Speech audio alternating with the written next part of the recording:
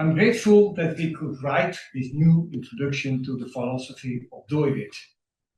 The first discussion we had was with Gerrit, Pesch, we have seen him with Jan Peter, and they were discussing what type of book want you to write, and what would be the market? How does it fit to our channels and to our focus? But first tell us about your objectives and which people do you want to read. And I think we left it. They started with the content and not starting with the money that was needed. And they also advised us, when you have that and that ambition, please do it also open access.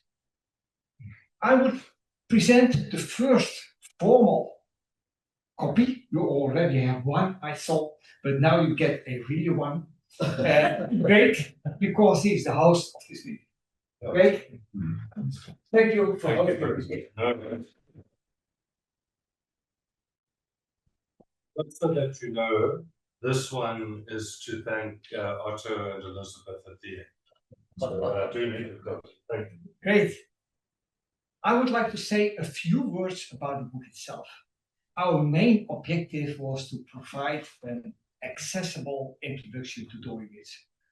And in that case, the illustrations are very important, but Suzanne will say more about that. Another objective was to show that Dooyeweerd's philosophy is particularly relevant for today. In each chapter, we show how you can apply his thinking. And in our book, you have two parts.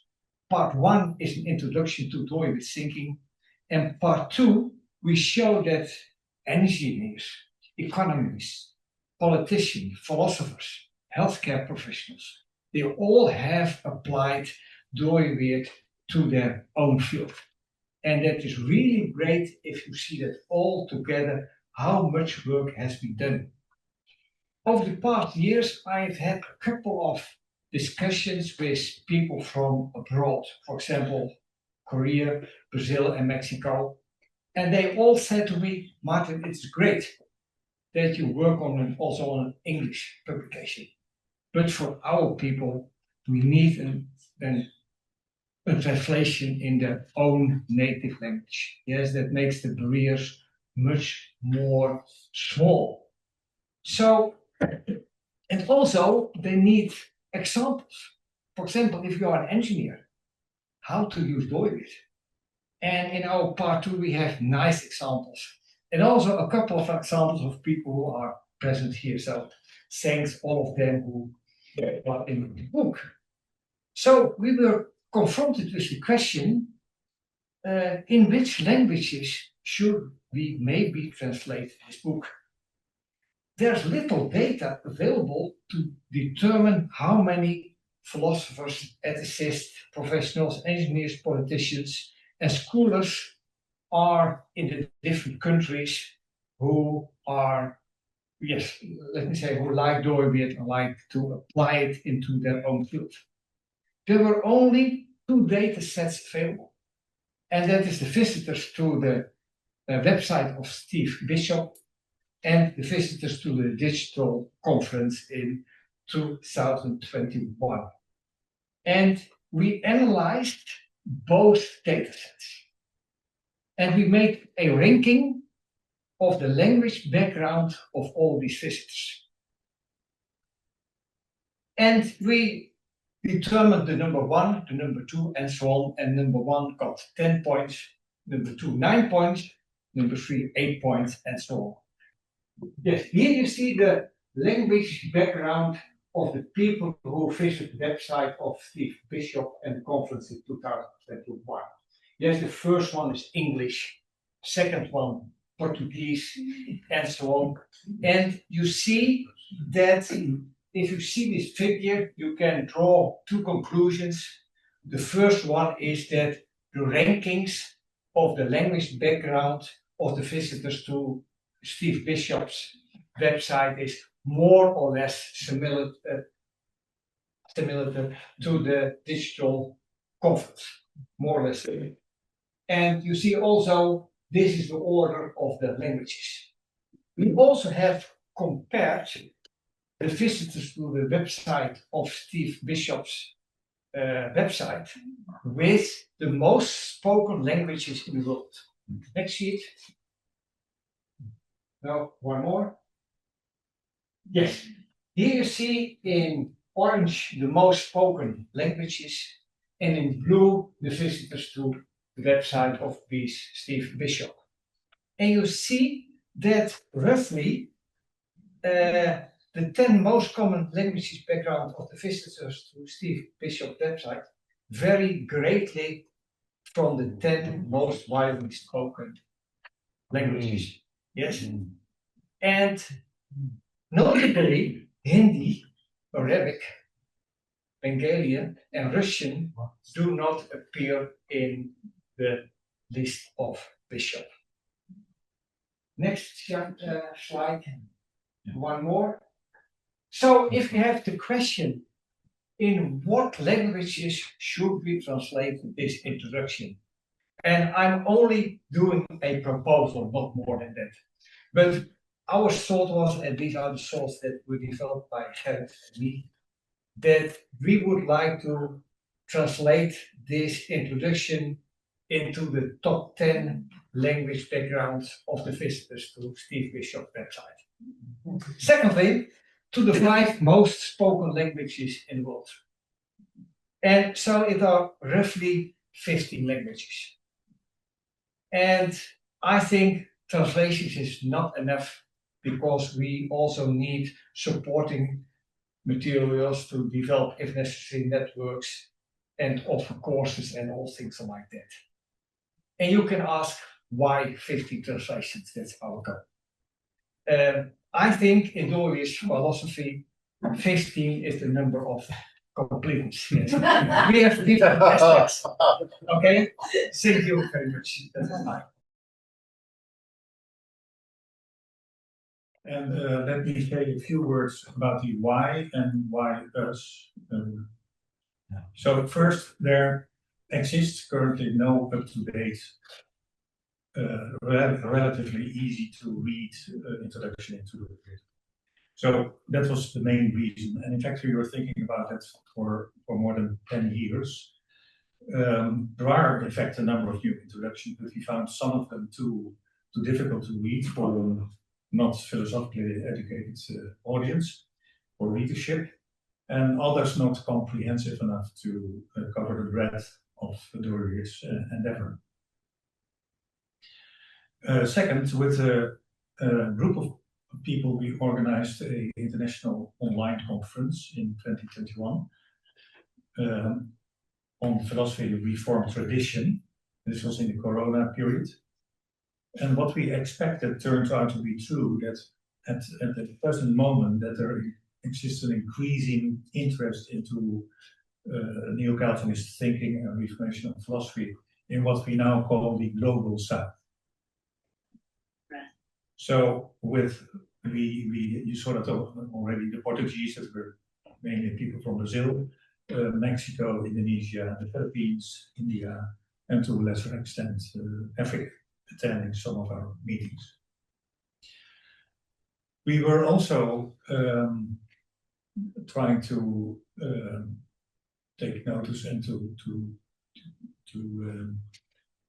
bring into perspective that there is an increasing international interest into the study of neo-Calvinism in a broad sense. So with initiatives in Princeton, Pasadena, Scotland, and Utrecht, to mention only a few. And there are opportunities to fit in some of the theological programs, elements of the philosophical work that has been done in the neo-Calvinist tradition. Now, a few words about us.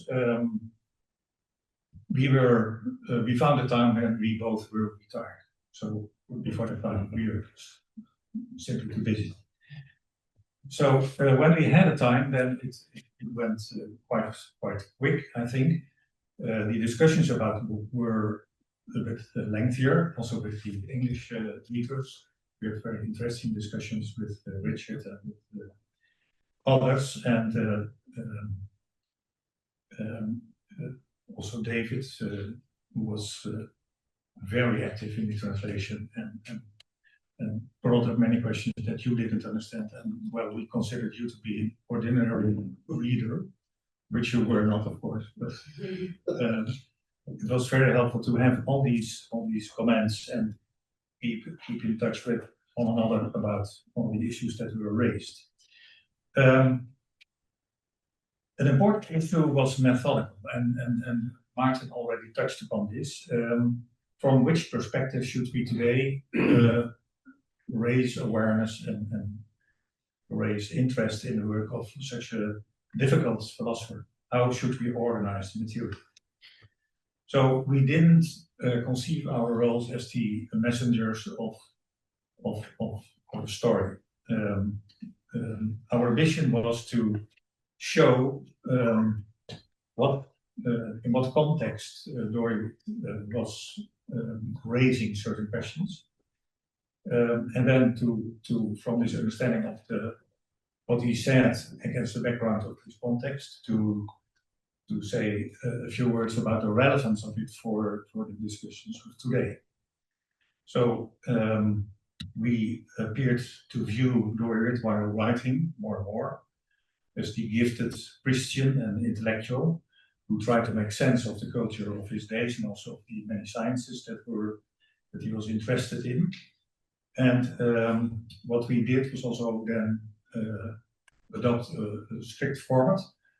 So we began with a question, then sketch the context in which this question was answered by Dooyeweerd, then give Dooyeweerd's approach to the topic, and then say a few words about the relevance of these findings for today.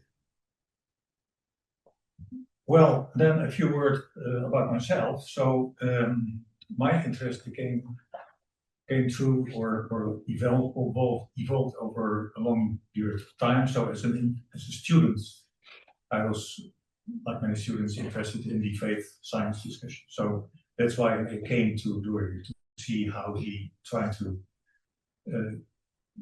broaden the understanding of how this relationship should be thought about.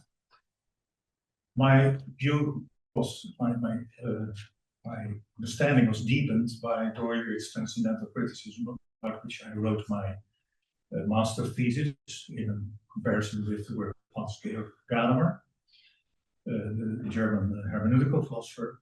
And somewhat later in my professional life, I started to think about medical ethics and how to find a normative approach to the practice of medicine in my case. And what we found after a few years with a couple of people was what we now call the normative practices approach, or norm-responsive practices approach. That was based mainly on Dooyeweerd's theory of societal structures. You can see all this in the book. Still later, and it was also already present in the earlier studies, I have an immense interest in philosophical anthropology, and I was especially interested in why Dooyeweerd wasn't a dualist like most Christian thinkers. So why didn't he adopt the usual body-soul dualism? And I was in fact convinced of this approach, trying to work further on one idea in him that remained a bit underdeveloped in his own work, the I-self relationship. And finally, in more recent years, my interest in the theory of growing parties grew, and it was awakened again in the light of the polarization of current society and the populist tendencies in the Western world. I cannot say much about it, of course, now, but that's sort of what I want to show is that I have many reasons to be interested in Dooyeweerd's work, because about all these issues he has interesting things to say. So when we had written the first 10 chapters, we thought, okay, but how has things go further after him? So we live now more than 50 years after his death, and So what we tried was to take the position of someone living in 1977, and then try to predict what would be going on with this work. And everything we predicted didn't come out. So there was hardly any academic interest in Dooyeweerd. He received, in fact, quite little recognition in the academic world, and lots of recognition among professionals, people working in interdisciplinary fields and in applied fields of science. So that's why one of the reasons why we added the second part of the book to illustrate how it works out in different in various fields. So Dooyeweerd can best be seen as he found out as the inventor of a rich and creative philosophical toolbox based on intuitions that were inspired by a devout and firm belief in God as creator, and not, we didn't see him anymore as the builder of a closed system that just should be applied to new fields of application. So let me finish by saying that we dedicate this book to a young generation who is searching for groundbreaking work in philosophy, in Christian thinking about science and society, searching for direction and stability in the vision and turmoil of our culture. Thank you very much.